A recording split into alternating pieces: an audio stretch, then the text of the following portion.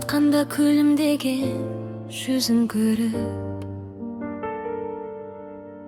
жүрегіме жылу алам үнін естіп. Ақ мейірімнің төгесің сен әрқашан, қамқор болып өтесің ғой мені кешіп. Анашым жан,